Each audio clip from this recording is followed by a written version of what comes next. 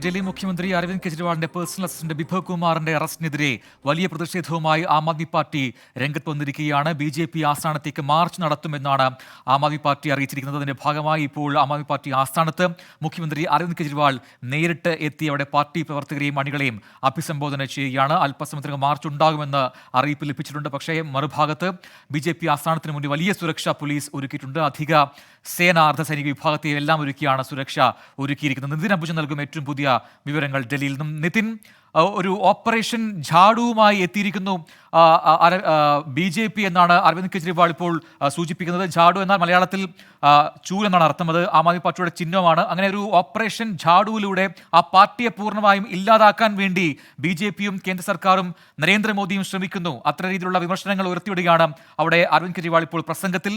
ഈ മാർച്ച് തടയാനുള്ള എല്ലാ സന്നാഹങ്ങളും മറുഭാഗത്ത് പോലീസ് ഒരുക്കിയിട്ടുണ്ട്. എന്താണ് ഏറ്റവും പുതിയ അപ്ഡേറ്റുകൾ? ഈ മാർച്ച് അല്പസമയത്തിനകം ഉണ്ടാകും എന്ന് ആം ആദ്മി പാർട്ടി തറപ്പിച്ചു പറയുന്നു. അപ്പോൾ ഏറ്റവും പുതിയ വിവരങ്ങൾ എന്താണ്?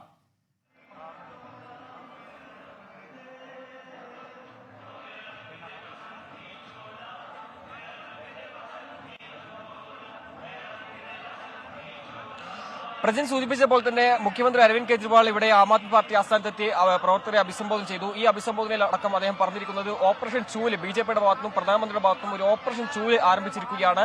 ആം ആദ്മി പാർട്ടി മുന്നോട്ട് വെച്ച ജനക്ഷേമ പദ്ധതികൾ അത് പലതും മോദിക്ക് ചെയ്യാൻ കഴിയുന്നില്ല. അതിന്റെ അസൂയ കാരണം പാർട്ടിയെ തകർക്കാനുള്ള നടപടികളുമായി മുന്നോട്ട് പോകുന്നു. ഇതിന്റെ ഭാഗമായാണ് മുഖ്യമന്ത്രി ഉൾപ്പെടെ മുതിർന്ന നേതാക്കളെ അടക്കം ജയിലിലടക്കുന്ന ഒരു സാഹചര്യമുണ്ടായത്. തന്നെ ജയിലിലടച്ചു.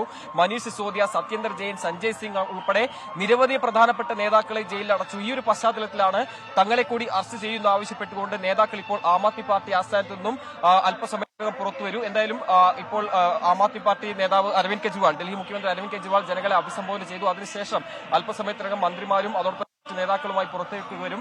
ഇവിടെ ആം ആദ്മി പാർട്ടിയുടെ നേതാക്കളടക്കം ഇവിടെ ഇപ്പോൾ സജ്ജമായിട്ടുണ്ട്. എന്തായാലും ഈ ആം ആദ്മി പാർട്ടി ആസ്ഥാനത്തും ഏതാണ്ട് 500 മീറ്റർ അകലെയുള്ള ബി.ജെ.പി. ആസ്ഥാനത്തേക്ക് കാൽനടയിൽ പോകാനാണ് തീരുമാനം. പക്ഷേ പോലീസ് എല്ലാ പ്രതിരോധവും തീർത്തിട്ടുണ്ട്. മാർച്ചിന് അനുമതിയില്ല. 144 പ്രഖ്യാപിച്ചിട്ടുണ്ട്. ഈ ഒരു സാഹചര്യത്തിൽ മാർച്ചുമായി മുന്നോട്ടേക്ക് പോകുമ്പോൾ ഇവിടെ വെച്ച് തടയാനാണ് ഇപ്പോൾ പോലീസ് തീരുമാനിച്ചിരിക്കുന്നത്. അതിന്റെ ഭാഗമായുള്ള നടപടികളുമായി ഡൽഹി പോലീസും അർദ്ധസൈനിക വിഭാഗവും എല്ലാം തന്നെ ഇവിടെയുണ്ട്. നമുക്കിപ്പോൾ ദൃശ്യങ്ങൾ തന്നെ കാണാം. ഡൽഹി പോലീസ് ഇവിടെ 144 പ്രഖ്യാപിച്ചിട്ടുണ്ടെന്ന് ഇവിടെ രംഗത്തുണ്ട്. എന്തായാലും ശക്തമായ പ്രതിരോധം പോലീസ് തീർത്തിരിക്കുകയാണ്. കനത്ത സുരക്ഷാ വലയം ആം ആദ്മി പാർട്ടി ആസ്ഥാനത്തെ ഇവിടെ പോലീസ് ഒരുക്കിയിട്ടുണ്ട്. ബി.ജെ.പി. ആസ്ഥാനത്തിന് മുന്നിൽ വലിയ സുരക്ഷ ഒരുക്കിയിട്ടുള്ള തത്സമയ ദൃശ്യങ്ങളാണ് ഇപ്പോൾ പ്രേക്ഷകർ കണ്ടത്. അല്പസമയത്തിനകം മാർച്ച് ഉണ്ടാകുമെന്ന് തറപ്പിച്ചു പറയുന്നുണ്ട് ആം ആദ്മി പാർട്ടി വൃത്തങ്ങൾ. ഇപ്പോൾ അരവിന്ദ് കെജ്രിവാൾ അവിടെ പാർട്ടി പ്രവർത്തകരെ അഭിസംബോധന ചെയ്ത് സംസാരിക്കുകയാണ്. വലിയ വിമർശനം കേന്ദ്ര സർക്കാരിനെതിരെയും ഒപ്പം പ്രധാനമന്ത്രിക്കെതിരെയും അഴിച്ചുവിടുകയാണ് അരവിന്ദ് കെജ്രിവാൾ ചെയ്തത്. എന്തായാലും എന്താണ് മാർച്ച്, ഏത് രീതിയിലാണ് പോലീസ് അതിനെ നേരിടാൻ പോകുന്നതെന്ന് അല്പസമയത്തിനകം നമുക്ക് അറിയാൻ കഴിയും.